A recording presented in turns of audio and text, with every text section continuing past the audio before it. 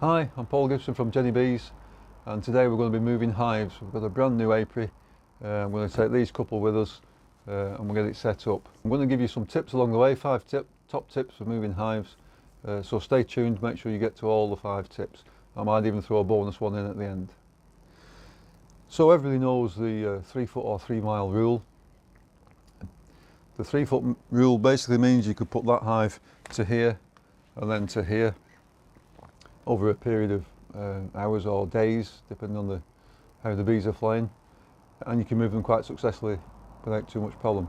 If you're moving them a greater distance than that, they recommend that it should be 3 miles, and that's what we're doing today.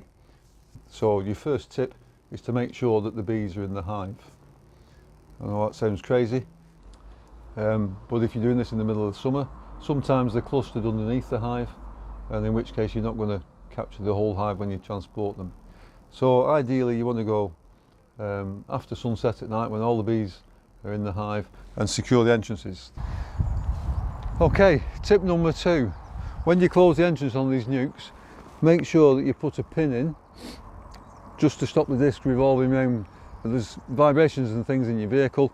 Sometimes that central screw gets loose and these can then end up in an open position and all the bees will come out. So I just use an ordinary join pin and I just pin that so it's either firmly open or firmly closed. This is heavy.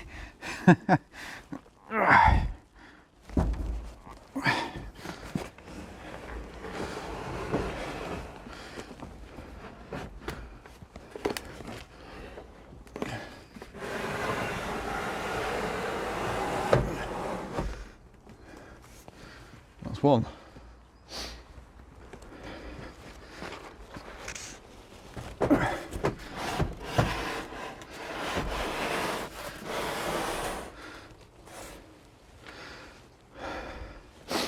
There we go. Wow. Okay, so that's the hives in the car. Time for tip number 3. Try and make sure that your frames are in line with your direction of travel. So in this case the frames are that way inside the hives. What you don't want to do is apply your brakes suddenly and find all your frames concertina together, thereby crushing your bees, maybe even the queen. If you keep them that way and you apply your brakes, it shouldn't cause too much of a problem. Okay, all we've got to do now is get in the car and drive like you've got your granny in the back, balancing an egg on a cocktail stick.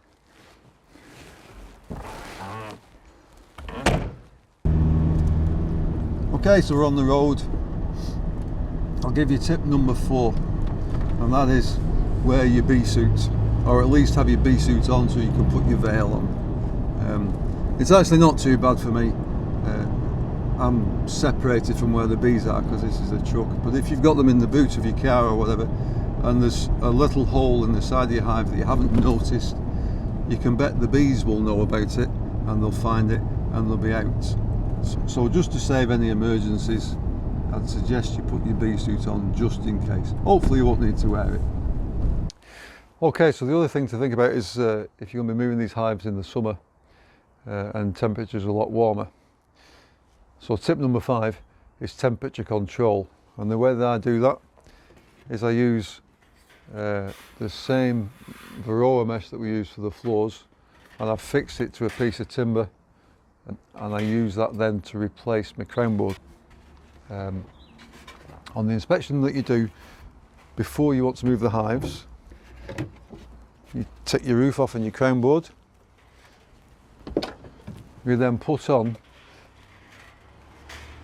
the Varroa mesh cover like so, and that then will allow the air to come right through the hive and out the top on particularly hot days. So you finish your inspection like that, strap that all together and then just pop your roof on in case it rains through the night. Come back the following morning, put these straight into your car. If it's a red hot day, you can then just simply take the roof off and travel with them like that. That way the bees won't overheat.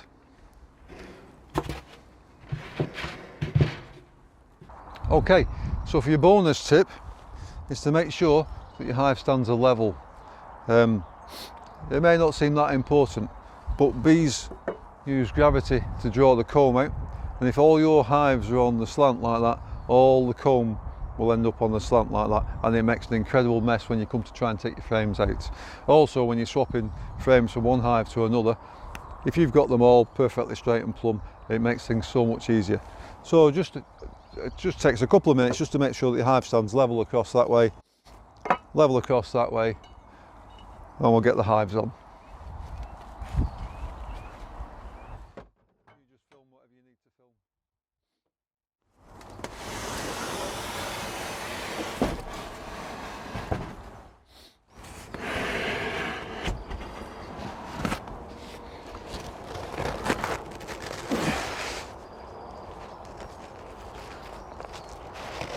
Let me just get my piece of wood.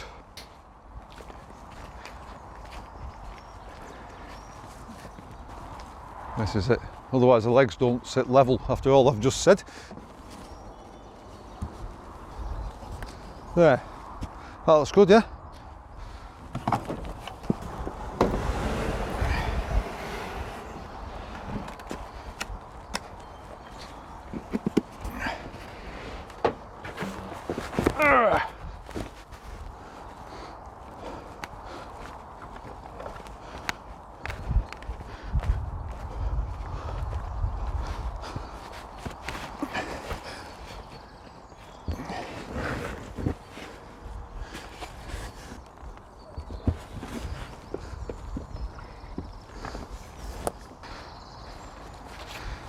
Okay, so all we've got to do now is just strap them to the stand,